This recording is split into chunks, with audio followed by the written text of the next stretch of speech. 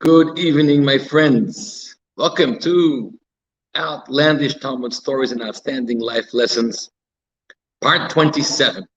Tonight's class is titled, Four Rabbis Walk into Heaven, and they're in for a big surprise. Sounds like some kind of joke, but it's far from a joke.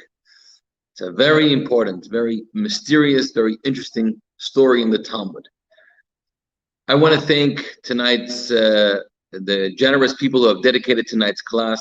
I want to thank John and Susan Kogan, who have dedicated tonight's class in honor of John's birthday. Mazal Tov, God should bless you. Shnat Hatzlacha, happy, successful, healthy New Year together with your beautiful family. Only good blessings for you all. I also want to thank Benny Sterenthal for dedicating tonight's class in honor of the upcoming yard sites of his father, Shlomo ben Natan, and may his neshama have an aliyah and be a great zchut, great merit for your family and for us all. May we only celebrate simchas together. I want to thank everybody who's been dedicating our classes, and if you would like to dedicate a class and help us continue doing what we do, there's a link in the video description. Click on that, dedicate one class, dedicate a whole month of classes. Whatever you're able to helps us a lot. The source sheet for tonight's class is in the video description as well. Tonight we're studying a story from the Talmud. It's in Tractate Chagiga, page 14. It goes over a few pages, 14, 15, 16, and I've just taken out a few of the paragraphs from those pages. Those pages in the Talmud, in Chagiga, are filled with mystical discussions and conversations. And it's very, very intriguing and very esoteric. And tonight we're going to be doing one of those stories. The story tonight is actually brought down in several sources. I apologize, Benny. It's Natan ben Shlomo. Thank you for correcting me. The article of Natan ben Shlomo, may his neshama have an aliyah. Thank you. So tonight's story actually is brought down in several sources. We have one source in the Talmud we're going to be studying. It's also brought down in the Zohar. It's also brought down in a Medrash and in other places. And each time it's brought down, it's with some different details, nuances, information. We're going to mainly focus on the version of the Talmud, even though we may make reference to some of the other versions as well. The Zohar has a fascinating rendition of this story with a very deep, mystical, profoundly psychological interpretation, which we're not going to really touch on tonight. That's very heavy, and I need to work more on it in order to be able to prepare it. And as we'll see, one of the trappings of this story is getting caught up in things that we don't fully understand, and that's not so beneficial or healthy for us. So I don't want to go there for you tonight. I want to try to make things clear and understandable and palpable. So we're going to stick to some of the other commentaries on the story. So, you know, everyone wants to know more. We want to know the real secrets. We want to know why. We want to know the reason, the background behind everything. If we were given an opportunity to go up and to see what's going on the other side, you know, hello from the other side. Today they're buying tickets, flights to travel to the moon, to travel to space. Fine, that's actually a big curiosity of mine, and I'm not sure that I'm going to actually do it, but we always want to know more what's out there. But today we're going to be discussing about what about if I want to know not just what's out there within our world, but I want to know what's out there outside of our world. I want to know what's really going on from the bird's eye view. I want to know what's going on from the side of the Creator, the other side of the curtain behind me. What's really the driving forces behind what's happening in my life and the world around me? This is a mystery. This is a curiosity that mankind has always had. And tonight we're going to learn about four people who tried to figure it out, tried to go and see it for themselves, and didn't necessarily come back with the best results. Okay, so I hope you have your source sheet. You know, one of the very famous, beautiful verses of the Torah, which instructs us how to live our life. The Torah says, Tamim tihiyeh im Hashem Elokecha. You should walk and live with your God in a state of tamim. Tamim means to be simple, to be unassuming, to just accept things as they are, embrace the life that God has given you with the skill set, with the knowledge that God has blessed you with, and use your own faculties, use your own potential to live the life the best you can. That's what it means to be tamim. But we don't like to be tamim. We like to go deeper and know more. What is it that we're not being told? How do we find out the back end of the story? Some people go to fortune tellers and to people who read their palms and read their faces and read their stars and read their horoscopes because they want to know other information out there that's not easily accessible to them. But the Torah says, no, that's not your business. If it's not being told to you, if it's not being communicated to you, if it's not being shown to you, then you don't have to know that. You have to be tamim. But there is this thirst that we have. So can we satiate it? How can we satiate it? What more is there to know? Can we ever get there in a safe way, in a way that only enhances our life and our mission, and not in a way that can, heaven forbid, harm us? So that's going to be the theme of tonight's story. Hope you have the source sheet in front of you. The story on Chagiga, page 14. Let's begin. The sages taught. There were 4 sages who entered the Pardess. What's a Pardess? A Pardess here you have in English, it means an orchard. Now, it doesn't mean they entered into a beautiful orchard field, but the Pardess is a metaphor for what does Pardess sound like? Pardess is the Hebrew. You have it in Latin also, and it eventually came into an English word called paradise. Paradise, Pardess. So we refer to paradise not just on the islands, living up the on the white powder sand, but paradise in heaven, paradise in the world that's a higher spiritual world other than ours. So the Pardess refers to Gan Eden, the higher world, the other side of the story, where the spiritual vantage point of everything going on in this world. That is the Pardess.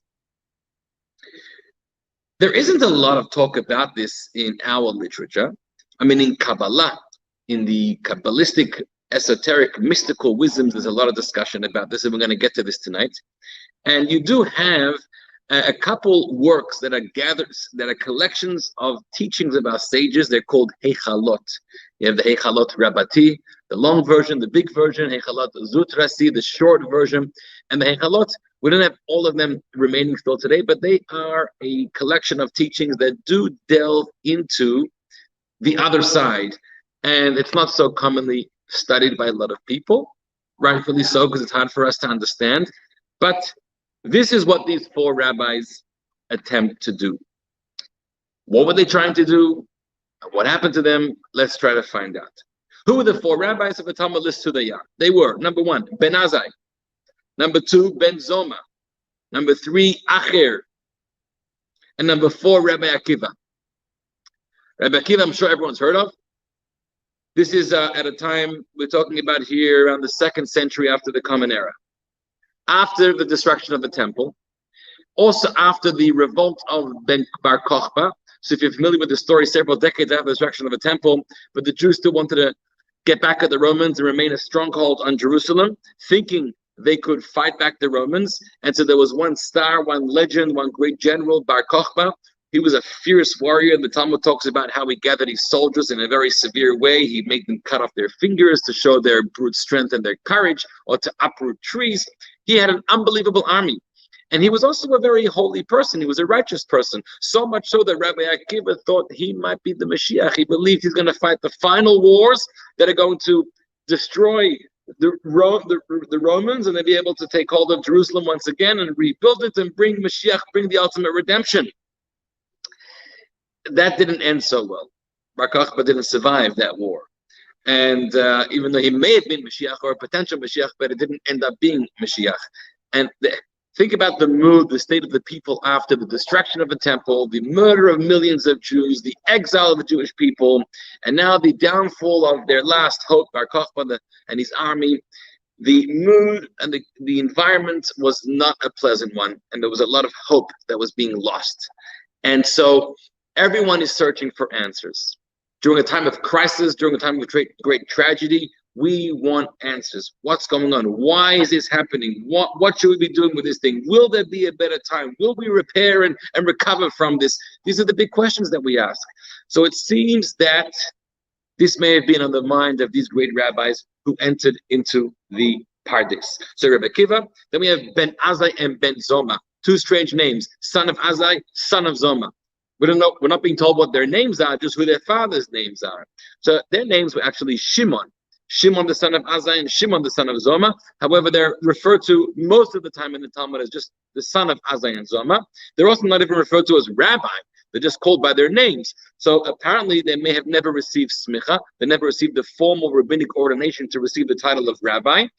And they also didn't even get the honor or the credit to be referred to by their first name, which is strange. They were very great people. We're going to learn a little bit about them. But maybe if what happens in tonight's story, we'll see why they're not referred to with their first name. The fourth rabbi is referred to here with a very strange name, Acher. Acher means the other one. Acher means the outcast. Why would we call a great rabbi an outcast? You shouldn't call your child that, or your friend that. Why would we call him the great rabbi that? So you who have the text in front of you, you see what's written in the non-bold, which is not brought down in the Talmud, it's the commentary, so you know who it is. It's Elisha ben Avuya. But Elisha ben Avuya is called Acher. He's not referred to, very rarely is he referred to by his own name, but rather he's called Acher. Why such a derogatory name about him? So if you study tonight's story, you'll figure out exactly why, and there are other stories about him as well. The truth is, there's room to do a class on each one of these people. Rebbe Akiva would discuss the great length, but the others need a more lengthy discussion to discuss them in their own right and their lifestyle and their accomplishments, their failures or whatever, and we'll actually get a chance to do a class on each of them. But for now, we're doing the story of these four great rabbis. Now, they all entered into the Pardess, they entered into heaven. What does that mean?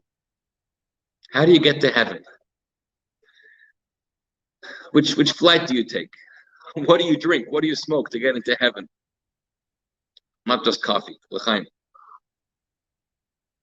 So it's important to understand what it means to go into heaven, because we have several episodes throughout history of rabbis who have entered into heaven. If you recall, there's a story on Yom Kippur. On Yom Kippur, when the Roman emperor decreed brutal death, torturous death to many of the great rabbis. So they turned to Rabbi Yishmael, the high priest, and they wanted to know, could this really be true? Does God want us to be killed this way? Could you find out from God? So that we read the story of Yom Kippur, and what happened was Rabbi Yishmael went to heaven. And in heaven, he discussed this with God or with the angels. And he found out, yes, this was the decree. What does that mean? Where did he go? Did he disappear and then come back? And there's many other stories in the Talmud of people who have gone to heaven. More recently, there's a very famous letter of the Baal Shem Tov. The Baal Shem Tov wrote a letter to his brother-in-law, Reb Gershon Kittever, and he describes to him, I once went into heaven, and I went to the Heichal HaMashiach, I went to the chamber of Mashiach, and I asked him the big question, Emasai Kosimar, when are you coming? We're all waiting for you. And he answered, when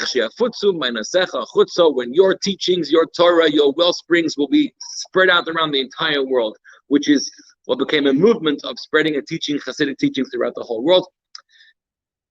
Doesn't matter all the different stories, but the question is, what does it mean to go and to enter into heaven? So we have two commentaries here from Rashi, from Tosfos, from others, and they say as follows. First of all, they didn't go anywhere physically. Their body stayed here. When you go to, where is heaven? Right? Heaven is not talking about the sky. The sky is up there, earth is down here, but heaven is a spiritual reality. It's a spiritual domain. So if you ask the question, where is it? It's almost like a faulty question, because saying where is something, you're implying place A, place B within a physical realm. Heaven, meaning a spiritual realm, has no space. You can't ask the question, which space is it in? Heaven is here. The spiritual reality is right in front of our eyes. It's all over. It's different depths, different layers within the reality that we see. If we're not seeing heaven, it's because we're not on the level to perceive heaven. And if you want to travel to heaven, then you have to become on the level where you can start to see things differently, see things deeper. I'll give you an example. Imagine you have an architect, a friend, and you and that architect's friend are walking along the streets of Chicago, renowned for its architecture. And you're walking around, you're a simple layperson, and you got your camera in front of you, and you're taking nice pictures, you're a tourist, you know, a nice building, a nice tree, a nice park, etc. And that's what you're seeing. The architect is not seeing anything of what you're seeing. The architect is looking at each building and seeing something else completely different. He's seeing how much the design of the building, the engineering of the building, how much steel was used, how much concrete was used, the different angles, and he's doing math and engineering and computing all the data and figuring out how they construct it. He sees it. So you're not having the same conversation with each other. You're admiring the color and the height, and he's admiring the engineering beauty behind this building. So you're both looking at the same building but not seeing the same thing. Why? Because you're two different people, and you live by two different realities because of your life expertise, your knowledge, or your profession. So similarly, you can be a regular person who sees things with your fleshy eyes, and you see your clothing, the table, the screen in front of me, the coffee, you see things at face value. Or if you're a more spiritually sensitive person, or if you know how to use spiritual techniques, you're able to transcend, you're able to go elevate and to see and perceive reality from a greater depth. Going to heaven, therefore, is possible for anybody if you know how to do it and if you're on that level. These rabbis, how did they get to heaven? So Tosfos says that they used Shem Hashem. They used spiritual incantations of God's name and mystical formulas. That's one thing. And they also used probably some kind of deep meditational technique, able to isolate themselves and their soul and their spiritual vision away from the exterior, the hustle bustle, the distracting world around them. And they were able to, through using God's name, Kabbalistic techniques, and intense meditation, were able to enter into the domain of heaven. Now, just to make sure that you don't try this at home, this is something often we refer to as called Kabbalah Ma'asit. Kabbalah, there's different kinds of Kabbalah. The mystical tradition. There's the limud, the study of Kabbalah, and then there's the practice of Kabbalah.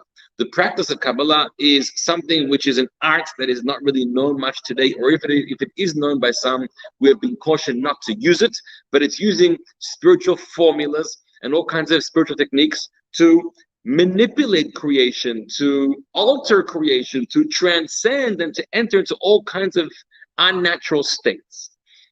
Not a healthy thing for most of us to do, maybe for some people. But the Arizal, in fact, cautioned his student, Rabbi Chaim Vital, this is going back to the 16th century, and he told him not to practice this practice of Kabbalah, not to use God's names to come up with all kinds of manipulations of reality. Because in order to do that, you have to be in a great state of purity. And nobody today, or almost nobody, is in that state of purity. The Arizal said, ever since the destruction of the temple, and ever since the ash of the para aduma, of the red heifer, that ash was used to purify people who had become in contact with a dead body. That ash ran out somewhere within the first few centuries after the temple was destroyed. And so starting from the times of the Amoraim, which is around the 5th, 6th century, it wasn't in use anymore. Ever since that time, nobody is able to become completely spiritually purified, which is one of the things that when Mashiach will come, we'll find the 10th red calf and red cow, and then we'll be able to create that ash and purify ourselves. But until then, everybody's in this kind of state of spiritual impurity and is unworthy of entering heaven or experiencing these spiritual, mystical experiences. Now, I'm not going to say everybody, because there are some people throughout recent history who have done this and are probably deserving and worthy of doing this. But for you and I, don't try this at home. All right. So as they're making their way, this is a group kind of experience. They're all, the four of them are transcending together into this zone of heaven. As they're entering, Rabbi Akiva turns to them and he says, when upon your arrival in the upper worlds, you reach pure marble stones, do not say water, water, even if it appears to be water. Because it is stated, he who speaks falsehood should not be established before my eyes. What's going on over here? Is there water in heaven? Heaven's not a physical place. It's not in the water in the clouds and the sky. In heaven, in the spiritual domain, there's nothing physical. There's no water. There's no stones. What are these stones they're going to see? Why the temptation for water? Don't say water, water. It's a lie. What's happening over here? So the commentators explained that the stones we're talking about over here are pure, gorgeous sapphire stones, brilliantly transparent, pure stones. If you recall, you may know that when King Herod renovated the Second Temple, he built the walls, one of the walls, out of this gorgeous, pure, brilliant sapphire stone. So it's all this shades of blue. And where the Talmud says that when he looked at that wall, it looked like you were looking at the ocean and at waves, and almost like the waves were moving. And I'm not sure if anything has been recreated like this ever since, but it sounds like it's something absolutely dazzling and gorgeous. Rabbi Akiva says there are these blue sapphire stones that are around the perimeter of heaven where you're attending, and it may look like water, it may look like waves. Really, there's no water there at all. So don't shout water, water, because that's a lie. That's not a truth. There's no water in heaven, and therefore be very, very careful. What's he cautioning? What's the danger here? We don't understand. Hopefully, eventually, we will tonight. Now, they entered into heaven. Well, what happened to them? Sad story. Ben Azai glimpsed at the divine presence and died. He expired. And with regard to him, the verse states in Tehillim and Psalms, precious in the eyes of the Lord is the death of his pious ones. Yakar b'nei Hashem. We sing this in the Hallel. Yakar b'nei Hashem. Hamav salah hasidav. Ben Azai was considered Hasidav, one of God's pious ones, and God was deeply upset that he died. He died very young. He was a young man over here. There was a whole life of unfulfilled potential. Ben Azai is somebody that the Talmud says when he passed away, that was the last of the diligent Torah students to ever live on this world. Ben Azai was somebody that when he studied Torah, it says there was a fire surrounding him that nobody could come close to him. Ben Azai was a tremendous, tremendous scholar and saint. And when he passed away from that experience of glimpsing into the divine, God got very, very sad for him. Why did he die? Let's see. Next, Ben Zoma. Ben Zoma, what happened to him? He also glimpsed at the divine presence and he was harmed. Meaning, he became mentally unstable. Sounds like he had some kind of mental breakdown. And he never healed. He lived the rest of his life mentally unstable, mentally ill. And with regard to him, the verse states, have you found honey? Eat as much as is sufficient for you, lest you become full from it and vomit it. If you eat too much, it's not going to be good for you. Ben Zoma was trying to achieve too much. And in the end, it struck him in a very harmful way, and he became mentally ill. Next, Acher. What happened to Acher? He chopped down the shoots of the saplings. He cut down the trees, it said. In other words, this means he became a heretic. He returned as an apostate. He left the Jewish faith. He left God. He was an unbelievable Torah scholar, a great teacher in the Talmud. There's some sages like Rabbi Meir who learned all of the Torah from him, and yet he just left the faith, gave up on God, gave up on his tradition and his religion. He became an apostate, which is why he brought such a difficult experience for the community to handle. Imagine the greatest rabbi just leaves the community, leaves the Jewish faith. And he brought a desecration to God's name, to the Torah. So he's referred to as Acher. We don't want to even talk about his name anymore. Let's not talk about him. He's the other one, the outsider, the outcast. Finally, Rabbi Akiva, he came out safely. In fact, the Gemara says, Rabbi Akiva ascended in safety and descended safely. Or in the Hebrew, Allah b'shalom, when he went up, when he went into heaven, it was b'shalom, it was with peace. Here the English is safety, but the Hebrew was b'shalom, in peace. I didn't translate this over here. He went up in peace, v'yatza b'shalom, and he came out peacefully as well. He came out unscathed, in one piece, healthy and well from the whole experience. With regards to him, the verse from the Song of Songs, Shir HaShirim, says, draw me, we will run after you, the king has brought me into his chambers. Rabbi Akiva seems to have entered heaven in a responsible way, in a way that was drawn after God, guided responsibly by God. God brought him into the chambers. He did whatever he needed to do there, and he was able to leave without getting harmed. The Gemara relates, side 2. Even though he came out unharmed, it wasn't so simple. He almost got harmed. He had a very daring situation. Even Rabbi Akiva, the ministering angels sought to push him out of the orchard. When he came into heaven, the angels had no tolerance for this human being coming into their domain. You don't belong here. They wanted to push him out and harm him. The Holy One, blessed be he, said to them, leave this elder, for he is fit to serve my glory. He's an old man. Don't touch him. But more than that, he's actually worthy of being here. Leave him alone. What did Rabbi Akiva do differently than everyone else? Everyone else went there to glimpse into God, to see the other side of the story, peek behind the curtain, and they all got harmed. And Rabbi Akiva, nothing happened to him. So the Gemara asks, what verse did Rabbi Akiva expound that prevented him from making the same mistake as Acher? How did he... What did he fortify himself? So first of all, we already know at the beginning of the story, Rabbi Akiva did caution them about a particular thing. He said, when you see the blue marble stones, the sapphire stones, and he attempted to say, water, water, don't say water, water. It's a lie. Whatever that means, that was already one safeguard that Rabbi Akiva had. And now the Gemara also says, there's actually a number of opinions, but Rabbi Chia, the son of Abba, said that in the name of Rabbi Yochanan, that Rabbi Akiva understood or contemplated the following verse from the book of Kings. The verse says, but the Lord was not in the wind, and after the wind, an earthquake.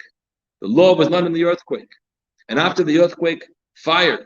But the Lord was not in the fire, and after the fire, a still small voice.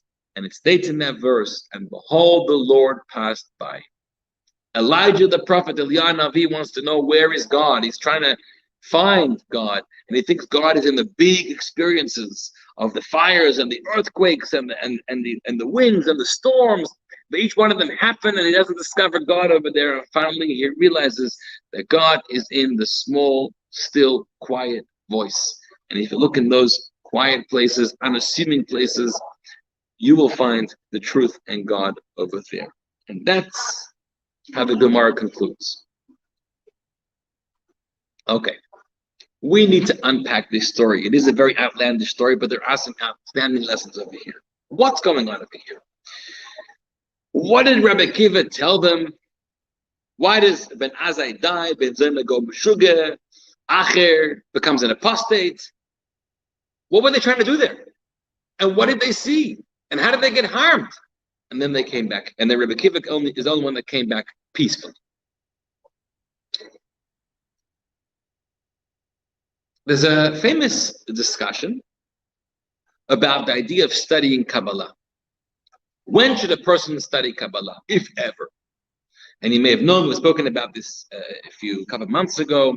There's this idea until the age of 40 you should start studying Kabbalah. Some people say there's no source for that. You can study Kabbalah even younger than 40. But there is a very clear teaching from the Talmud and taught by Maimonides, by the Rambam as well. And he says, before you delve into Kabbalah, before you delve into the esoteric, ancient, mystical wisdoms and teaching of Judaism, first you have to fill your stomach, fill your mind and heart with the regular, more mundane content of the Torah. He calls it the bread and the meat of Torah. Once you've become balanced and filled with the more pshat, the more simple levels of the Torah, whether it's the Torah itself, the verses of the Torah portions, and you're familiar with them, and you're familiar with the basic commentary of them, and then you've studied some Mishnah, some Jewish law, some Talmud, and you're very grounded. You're grounded in Jewish wisdom. Once you have that in your pocket, then you can start to delve into the esoteric, the mysterious wisdom of Jewish mysticism. There's a very famous analogy brought about a king. The king once threw a very big, lavish feast for all of his subjects. Now, when they all came in, they saw what was there. There was tables and tables of food. So there were the breads and the appetizers and the main courses, the fish, the chickens, the meats. There was any kind of food you wanted was there in abundant amounts. And then there was the dazzling, delicious-looking dessert table. You know, when we go to weddings and my kids see the dessert table. So forget about the kids. What about adults? When you walk into the simcha, the bar mitzvah, the wedding, where's the first place you stop? So some people take their plate and they run straight to the dessert table. And they start to grab all the desserts that they can. They look so tempting. And you start to eat them. Now you came to this feast hungry. You hadn't eaten in a long time. You're supposed to eat dinner. But you started off with all the desserts. What happens? All that sugar doesn't satiate your hunger. And so even after you finish all those desserts, you're still hungry because you haven't eaten any real food. But because of all that sugar, you're feeling nauseous. You're feeling sick. And so in this metaphor, this person who's hungry because he's eating so many desserts, but he hasn't eaten real food, but now he's hungry for real food, but he's feeling so sick, and now he goes out to the bathroom and he vomits it all out, and he gets all sick. But by the time he's done, all the food is finished, and he goes home sick and hungry, even though he could have enjoyed a delicious meal. Whereas a wise person knows, let's stop off with a piece of bread, let's get the appetizer, let's get some main course, let me fill myself with healthy, nutritious, real food. And then when I'm feeling like I've eaten enough, now I can go and enjoy and appreciate some of the delights of a dessert table. That's the metaphor, that's the analogy. Sometimes you have people, when they're entering into the realm of studying Torah and experiencing and discovering Judaism, they run for the esoteric. They want to know about deep, spiritual, mystical wisdoms and secrets, and peering into the depths of what the eye cannot behold and the mind cannot even fathom. And you ask them, tell me, do you know this week's Torah portion? Have you ever studied the Torah before? Do you know the story of the Jews in Egypt? The story of the Exodus? Do you know about this famous question and the commentary of Rashi? Do you know, have you studied basic Jewish law? Do you know the laws of Shabbat, the laws of kosher, the laws of Ahavat Yisrael, the laws of caring for other people, visiting the sick? Do you know any of Talmud? Can you even read Hebrew? I'm not saying this in a derogatory way. I'm saying that there's a system. And the Kabbalah, the spiritual, mystical delights are like the dessert. You cannot eat the dessert before you've eaten the main meal. And when you do, it could be very harmful. Just like in the metaphor, it was physically harmful. You got sick from all those desserts. It could be spiritually harmful, mentally, emotionally harmful, if you expose yourself to ideas, to secrets you're not ready for because you haven't received the grounding of the basic elements of Jewish wisdom and knowledge and tradition. Now, here, that's not so much the problem over here. Here we're dealing with 4 rabbis who were great sages, great scholars. They knew the whole Torah, they knew all of Talmud, they knew all of Jewish law, they knew it all. But they were still trying to discover and see and learn about things that the mind cannot fathom. There's a reason why God did not disclose these things to us. There is a reason why they're secrets. There's a reason why they're behind the curtain, because they're not for us to see.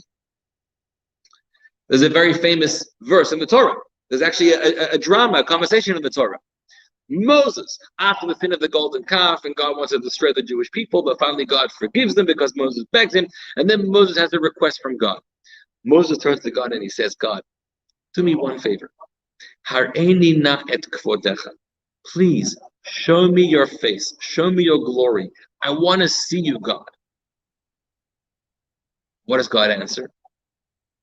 Ki lo yirani ha'adam v'chai. Nobody can see me and live. If you want to see me, you're going to have to die. You're going to have to expire. You cannot live in this world as a human being with your human functions, your minds and your hearts, and fathom me. It's either you or me, meaning you can't be disclosed into that very deep, essential realm of God. God does show him a part of him, the back of him, as you may know. The Medrash says he showed him his tefillin, the knot of a tefillin. Moses is he pushes him into the cleft of the rock, and God passes by, so we can see the back of God, but not the front of God, not the face, not the essence of God. Nobody can see the essence of God. It's a bit like, give an analogy. There's things we don't disclose to young children. Not because they're bad, not because they're wrong, but because it's too much for them. You're not going to take your 4-year-old and start to show him a Holocaust movie. You're not going to take your 4-year-old and start to teach him about how father and mother created him. It's not a bad thing. It's a beautiful thing. Or the Holocaust is not a beautiful thing, but it's an important thing. And at some point in his life, when you're ready, you should learn about these things. You must know about these things. But not yet, not now. You're not ready for it. You don't have the kelim, you don't have the tools. This is what we call trauma. What's trauma? Trauma is when you become exposed to something that you don't know how to handle. You don't know how to process. Right? People who live with traumas, some people, everyone has a little bit of trauma because of different experiences in life, but some people have really debilitating traumas that affect them deeply every day or throughout their lives. And what's happened is that there's been experiences in their past, possibly very harmful, painful experiences, that at the time that they happened, or whenever they happen, we cannot fathom, we cannot process it. Right? When we go to sleep at nighttime, this is what psychologists teach. When we go to sleep at nighttime, what do our minds do? Yeah, when we're sleeping, I mean, we have some dreams, but how do our minds keep busy at nighttime? Nighttime is a very beautiful function of the brain. The brain is busy processing everything that we heard and we saw, we were exposed to when we studied and we learned throughout the day. So throughout the day, we are exposed to millions of things. I mean, most of which we're not even processing at the time. What we're seeing, what we're hearing, what we're learning.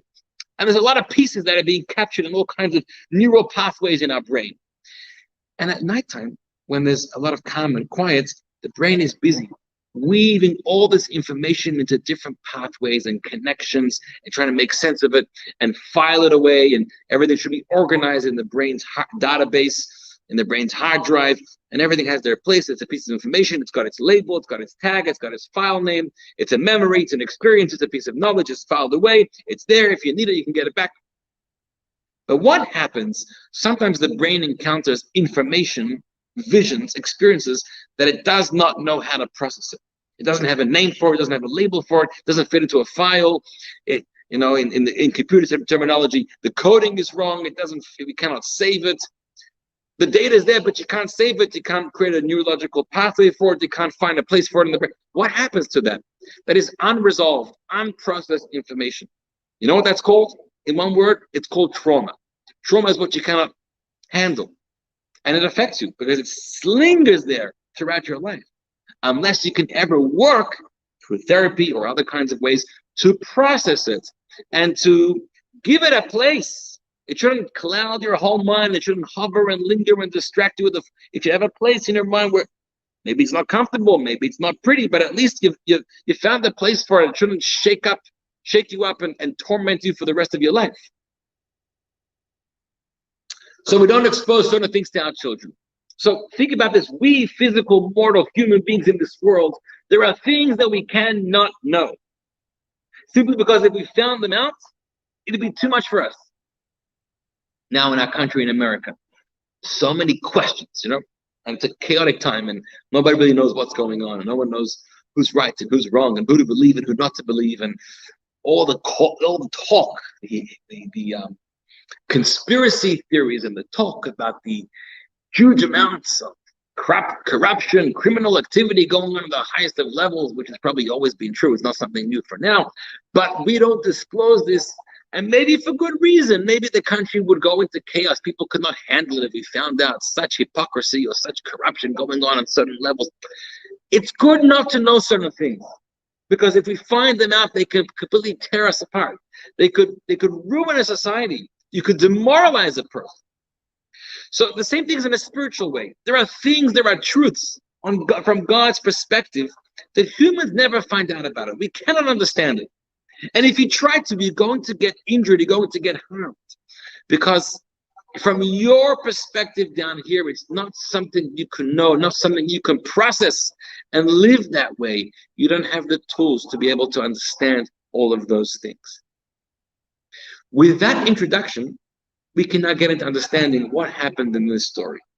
We have 4 people, 3 of them got injured, and 1 came out peaceful. Ben Azai died. What was Ben Azai looking for? The commentaries tell us Ben Azai had a similar request like Moses' request. Moses said, God, show me your glory, show me your essence. Ben Azai wanted to see the essence of God, the essence of reality, the truth of all things. Chas v'shalom, somebody gets sick. So you ask why? Why did my loved one deserve to be sick like this, to suffer, to be in pain? Why did my loved one die? Chas v'shalom.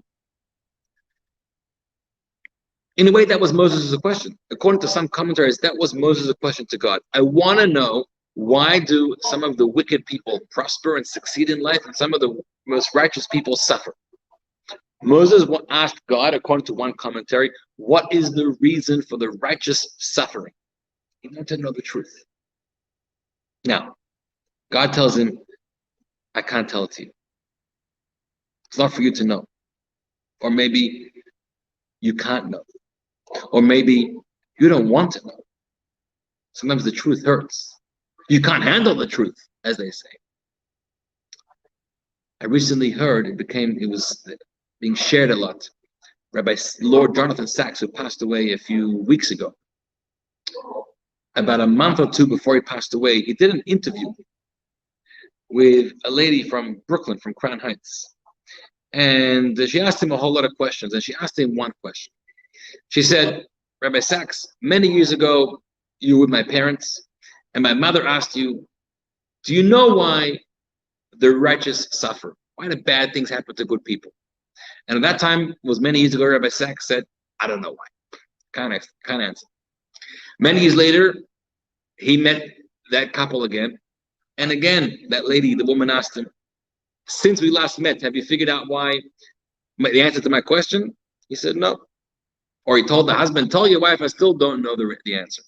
But in this interview, which was literally a couple months before he passed away, the daughter asked Rabbi Sachs, maybe by now you have some kind of insight. Why do the righteous suffer? If you look at the video, Rabbi Sachs got very serious.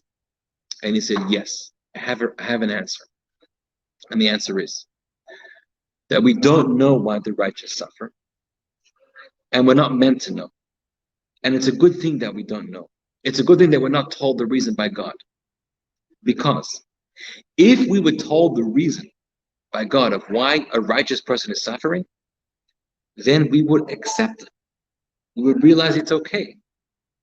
And that's the worst thing, to accept that somebody's suffering. It's meant to be. God doesn't want that from us. God wants us to fight, to argue, to reject, to scream out to God with prayer and with cries. God, this is not okay. It's an injustice. You have to make this person better. And to do all that in our power to beseech God to bring salvation and healing to this person. That's what God truly wants. He doesn't want you to say, when somebody's suffering, yeah, I know the reason it's meant to be. That's not for us. If you live up there, from God's perspective, he knows what he's doing, it's meant to be. But from our perspective, it's never meant to be. We have to demand. If there's an injustice, it should be repaired, it should be fixed. So we're not supposed to know everything in this world. But as I wanted to know why the righteous suffer, and then as I glimpsed almost into an answer, it looks like, he saw a vision of truth. He glimpsed at the divine presence. And there was something he was exposed to that was beyond his faculties, beyond his capabilities of fathoming, of comprehending, at least as a physical mind and a physical body. And to the moment that he saw it and he became sort of attracted to it or connected to it, and he wanted to, become one with this idea, become an angelic being, no longer be the human being down here, well, the soul left his body. And he expired and he passed away. We often learn about like Moses and his brother Aaron and other people that died through a method called Misat Nishika, the kiss of death. Right? Aaron passed away that way and Moses prayed to God, I also want to pass away that way. What's the kiss of death? Kiss of death is when God overwhelmed Aaron and Moses and others with a truth, with a reality that surpasses their human abilities to understand and appreciate. And if you're being exposed to and drawn into that awesome, powerful light, you lose your identity. You become consumed in that light and you just leave that world. So in those cases of Moses and Aaron, it was intentional. It's what God wanted. But over here, Benazai, he went to heaven and he never came back.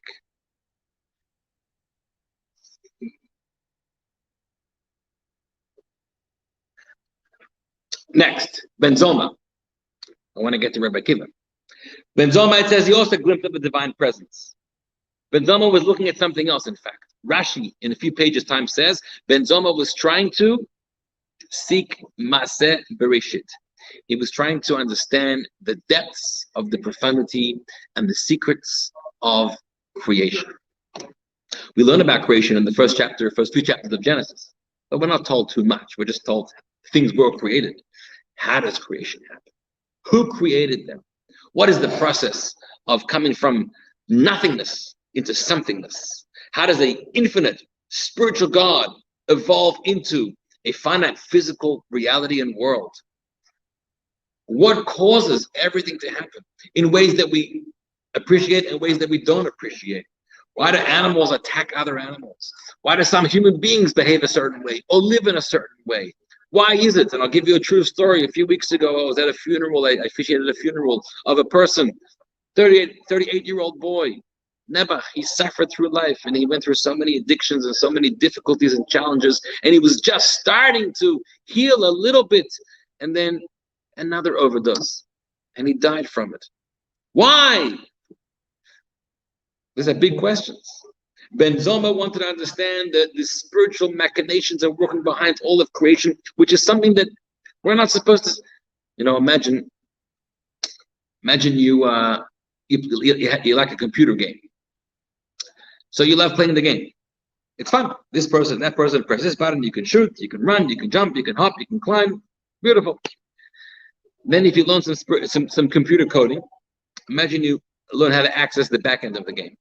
And you want to see what's really going on in this game. Why can this person jump and run and shoot? And you go to the back end, and what do you see? You see something.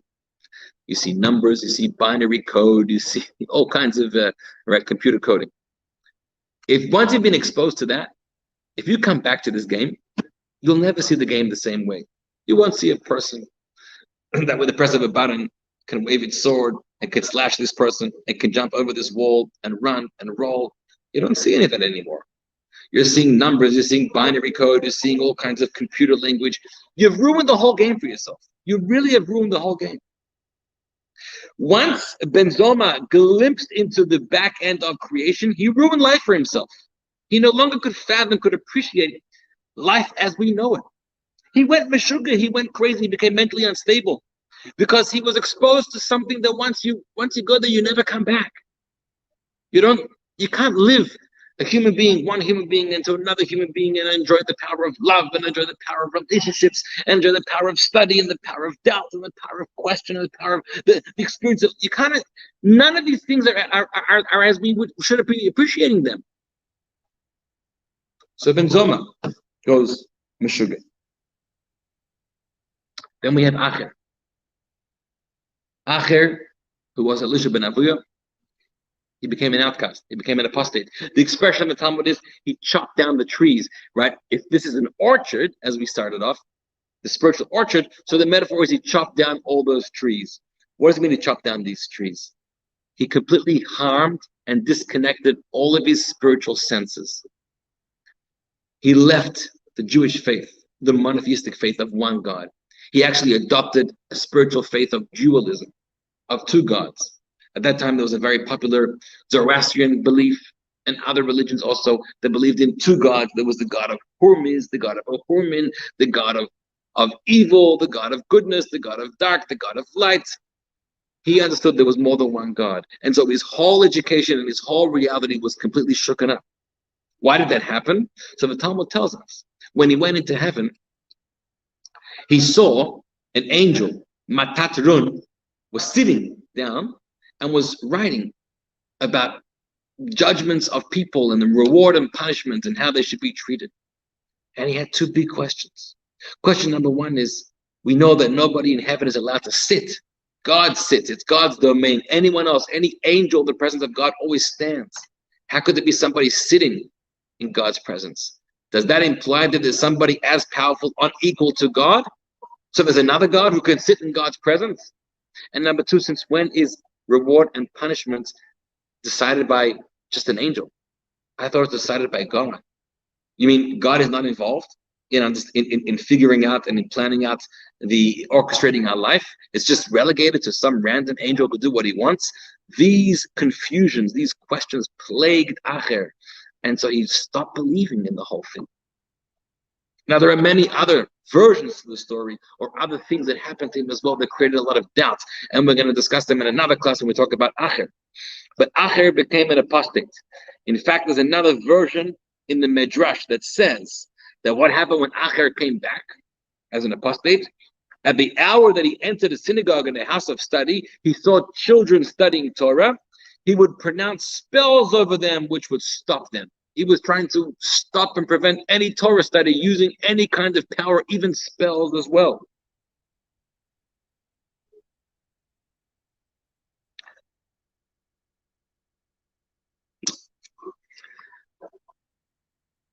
That's Acher. Very sad. But that can happen when we're exposing ourselves to things that we're not trained, we're not accustomed to, we don't fully understand. Now we're going to get to Rabbi Akiva. By understanding how Rabbi Akiva succeeded in this journey, we'll know about the pitfalls, the potential pitfalls and dangers of this journey, and how did Rabbi Akiva succeed. Rabbi Akiva entered in peace and he left in peace. What was his secret? What did he know or do that no one else could do? So I want to share with you 3 explanations, briefly, because it's getting a little late. We could talk about this for a long time. But 3 explanations. One more psychological, one a little more spiritual and mystical, and finally, one theological. And it goes like this. First of all, the psychological explanation over here. We have this problem. I say we. Yeah, we. That we think to every question there needs to be an answer. We need to have explanations behind everything. We expect answers. If I can't get the answer today, I want to be able to get it tomorrow. But eventually I want to be able to arrive at the answer.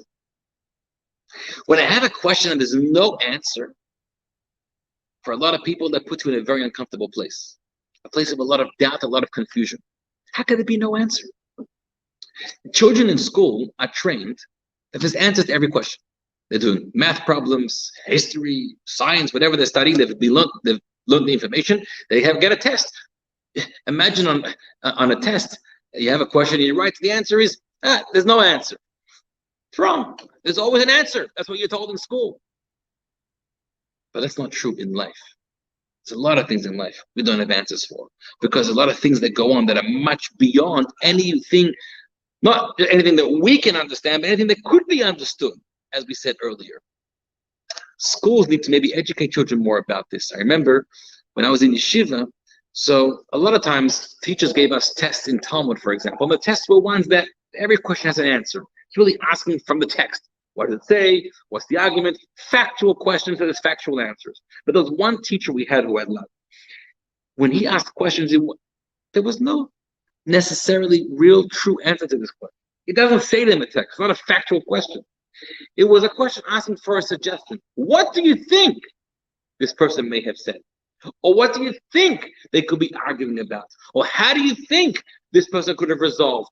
There's no answer for this. You need to think. You need to come up with it. Maybe you have an answer. Maybe you don't have an answer. And I remember many times I would work hard and I'd put a lot of work and write a whole page just for an answer. And I was very proud of my answer. And very often when I got my test back, it was always 9 out of 10. Every question was worth 10. And I asked him, why 9? 1 point once, what did I do wrong? He said, listen, maybe your answer is a correct answer. It's just not the answer that I thought about. I thought about a different answer. So I'm giving you only 9. Point is, to be comfortable with understanding and knowing that we can't have answers to all questions. When a crisis hits and there's a tragedy, Rabbi, tell me, why did this happen? Why is my mother deserving of this kind of illness? Why was this person killed? Why? And it's insisting on an answer. And if you don't have an answer, then it's questioning my whole faith. Maybe this whole thing is not true. How could our tradition, how could our religion not have answers? There's a lot of answers we don't have. You need to be comfortable with that. You need to understand that. You need to understand why you can't understand always. I'll tell you a beautiful story. There was a great Torah scholar. His name was Rabbi Yosef Rosen, known as the Rogatchover Gaon. Lived before the war in the city of Rogatchov in Belarus. Now, he had the whole Torah on his fingertips. Very often people would ask questions to him. He didn't have the time or the patience to write out lengthy answers. Very often, if you got an answer, there's a piece of paper with like 3 or 4 different references. See this Talmud, see this Tosfos, see this page 55, see over there. And you have to go follow the sources, the references, study it, and then you can get your answer.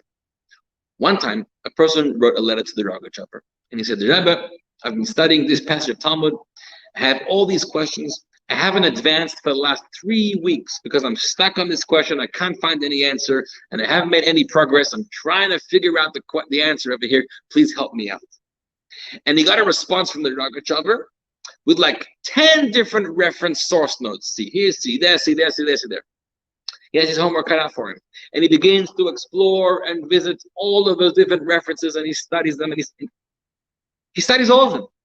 And he can't find, none of them are answering his questions. They're all talking about complete different topics. None of them are touching on the questions that he asked. Eventually, he writes a letter back to the Rogatchover, and he says, I studied deeply all of the sources you gave me, and I can't find any answer to my question. So the Rogatchover answered, those sources do not answer your question. But if you look at all those sources, there are sources to commentaries, where the commentary asks a question, and concludes and says, Eini Yodea, I don't know. I don't have an answer. Or the Talmud might say, Teku, let the question stand. We don't have an answer. And yet you'll notice that further along down the page, the commentary continued. The Talmud continued. There's another page, another page. The lesson he was teaching him is, so you have a question. For that you stop studying for 3 weeks because you can't move further. You have a question and move on. Either you will or you won't get an answer. So questions are great also. Learn to enjoy a question. I always, when I drop off my kids to school, I always tell them, ask questions. I don't know. It doesn't bother as much if they have the answers or not. Curiosity, questions. So Rabbi Akiva basically understood the path of peace is the path of being able to tell oneself, I don't need to have all the answers all the time. I don't have to always understand everything. I have to realize that some things cannot be understood, and I'm okay with that. And I can continue to live comfortably with faith and with peace in myself, even with questions. That's point number 1. That's super important. I'm going to only do point number 3. I'm going to miss point number 2 for now. We'll do it another time. Let's go back to the original caution of Rabbi Akiva. This is a theological point, and it's very, very powerful. Rabbi Akiva told them, as they were entering into heaven, be careful. When you see those blue stones, those sapphire stones, don't say water, water. Because it's a lie. There's no water in heaven. It just looks like water. Rabbi Akiva was laying down the groundwork over here for the trappings of what can become idolatry. How appearing into the mystical spiritual secrets of heaven, if you're not careful, could lead you to idolatry, a complete abuse of monotheistic Jewish faith. How so? First of all, you see the blue stones, it appears to you like water, and you become thirsty and I want water, water. It's a lie.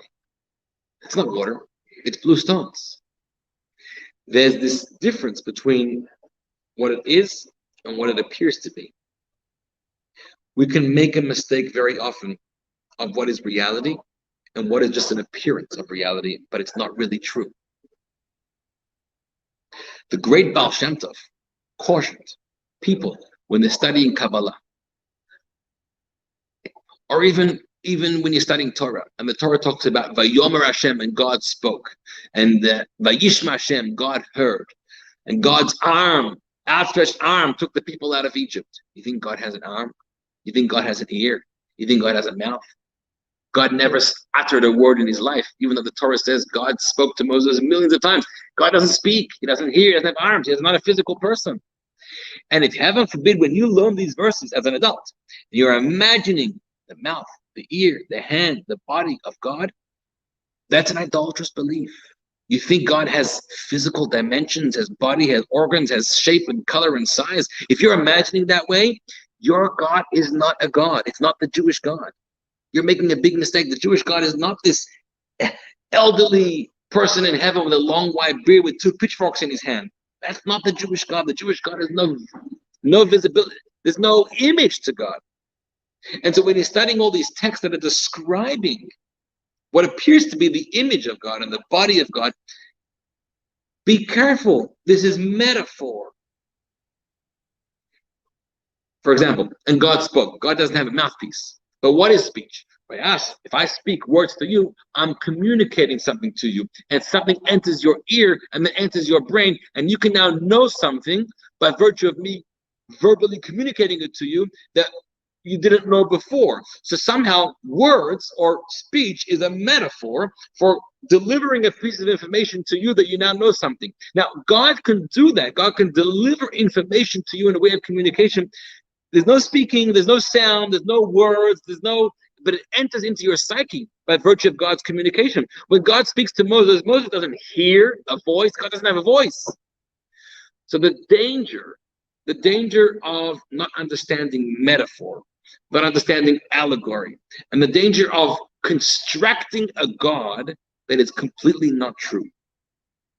And that's some of the pitfalls or the potential dangers of studying Kabbalah and all of these spiritual wisdoms that may be giving us a very false and therefore idolatrous understanding of what God is.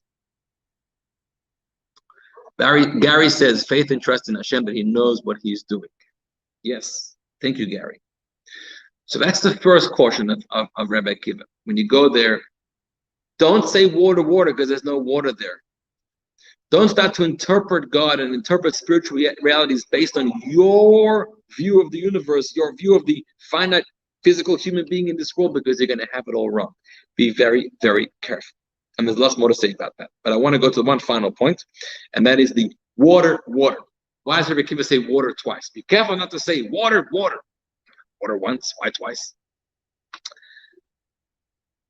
The Arizal explains this as follows. Water, water. Where do we have the expression of the creation of two waters? There are two waters, in fact. If you go back to the beginning of creation, on the second day of creation, God splits the waters, and there's the upper waters in the heavens, in the firmament, and the lower waters down below. That was the first split, one of the first divisions in creation. Now, division is a very scary thing. Division seems to be the antithesis of God. God is oneness. God is unity. How can there be division? And division can lead us into thinking that there are different powers. Just like what Acher ended up believing, there are different gods. There's the God of the upper worlds, the God of the lower worlds, the God of history, but the God of nowadays. Different gods are competing with each other, different forces. And the world is one big complicated mix of different forces competing with each other. That is an idolatrous belief. On the second day of creation, when God made the split of water, the upper and the lower waters, the Torah does not say kitov. Doesn't say that the creation was good. On the first day, he created light and it was good. On the third day, he created vegetation and it was good. On the fourth day, he created the stars and the sun and the moon and it was good. Everything was good in creation. But when he split the waters, it doesn't say it was good. It wasn't good. It created a split, and a split is a potential to recognize two different deities, two different forces in the world, which can lead you down an idolatrous path. It's only on the third day when it was realized that the purpose of the upper waters and the lower waters is to be able to have a functioning universe here in this world, where there's earth and the seas down here, and the cycle of water which evaporates and becomes the clouds of the sky, and then it comes down. And we understood why God did it this way, so that humans could live on dry land, etc., etc.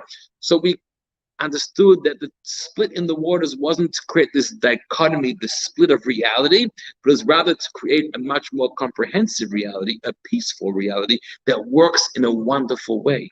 On the third day, when we discovered the purpose and the unifying force behind these split, then it says Kitov, it was good. And it happened on the third day. Day number 2, right? This is the nature of peace and the nature of unity. When you have one of something, you have unity. You don't really have unity. You just have oneness. But you have no, it's not, the oneness hasn't been challenged by anything else. It's just one. When you have two, now you have a challenge. Now you have a separate thing that's other than the one. It could be something that will challenge the first one. There could be competition over here. Peace is factor number 3. Peace is when the two separate elements can discover that which is common within, or that which transcends them both and can unite these two into one. Now you have a state of peace, right? Think about when a person who's never been married before and says, I'm a peaceful person, I've never disagreed with my spouse, I've never had a fight. Yeah, well, you live on your own, you got nobody to fight with, right? It's not a challenge. Then you marry a spouse, you move in with somebody. Now there's two in the home. Now there could be an argument. Now there could be a disagreement. This could be a recipe for disaster. This could be a home that everything is argued about and fought over. So entering a relationship with someone else is a risky thing, meaning if you want to live a life of peace, when you're on your own, you can always have peace, but inviting someone else could create disaster. But real love, real peace, real harmony is when you bring someone else into your life and yet you learn how to get along. You learn how to trust and respect each other. That's a real peace. That's real shalom bayit. Shalom bayit is when two people in the home, not one person in the home. That was the power of day number 3. That's what Rabbi Akiva was telling them. Be careful about the mayim. When you go up to heaven, you're going to see all kinds of things which you don't understand. All kinds of things which are going to create a lot of questions. Things which will tempt you to think that there's a mayim and there's a mayim. There are different forces. Acher saw Matatzron, the angel. He was sitting there. He was writing things. You have a voice over here. That means there's 2 different gods over here. The more we expose ourselves to spiritual life and realities and all kinds of mystical secrets, the more we may be able, we may not understand what's going on and may be led to believe, but there are different forces that are challenging the oneness of God. Be very careful, says Rabbi Akiva, that's idolatrous. Remember that there's only oneness. And no matter how confusing it sometimes appears, how could this happen? How could that happen in God's one unified world? How could God allow it to happen? I don't know. I'm not God. If I pretended to know, I'm basically saying that I am God, but I'm not. I'm a creation of God. I live on this side of the curtain, not on that side of the curtain. And I'm not supposed to be on that side of the curtain. And actually, I don't belong there. I belong here. And within my capacities, what God has shown me in my life, I need to live in a faithful way as much as possible. That was Rabbi Akiva. Rabbi Akiva understood questions are okay. Doubt is never okay. You can question, but you can't doubt. Rabbi Akiva understood it's important to explore Kabbalah. It's important to get into the secrets of life. But make sure you're very well grounded in your faith, very well grounded in your knowledge of Jewish learning and Jewish tradition. Make sure you're being trained by somebody who knows what they're doing. You're not on your own, because if you're on your own, who knows where you can get to. That's actually what the Hasidic teachings did and contributed. Because if you ever tried to access Kabbalah, tried to study a Zohar, study a piece of the Arizal or other Kabbalistic texts, they're very difficult sometimes. They're difficult, just the very subject matter and the language and the terminology and the layers, and it's hard to follow. But also conceptually, to be able to understand it as a Godhead, as God ideas, could be very foreign to us. We may not be able to anthropomorphize the ideas properly and be led down a false path. Hasidic teachings distilled the important themes of Kabbalah in a way that can actually sit inside your mind, in your heart, to enhance and to boost your relationship with Torah and with God, that you should live more purposefully, with greater faith, with greater happiness, with greater clarity. So, in conclusion, my friends, we went over time tonight, but this is a very dense topic. But we have here the story of 4 rabbis who walked into heaven. One of them did not come out. One of them came out crazy. One of them came out an apostate. And only Rabbi Akiva went in peace and came out with peace. Rabbi Akiva understood how to be careful.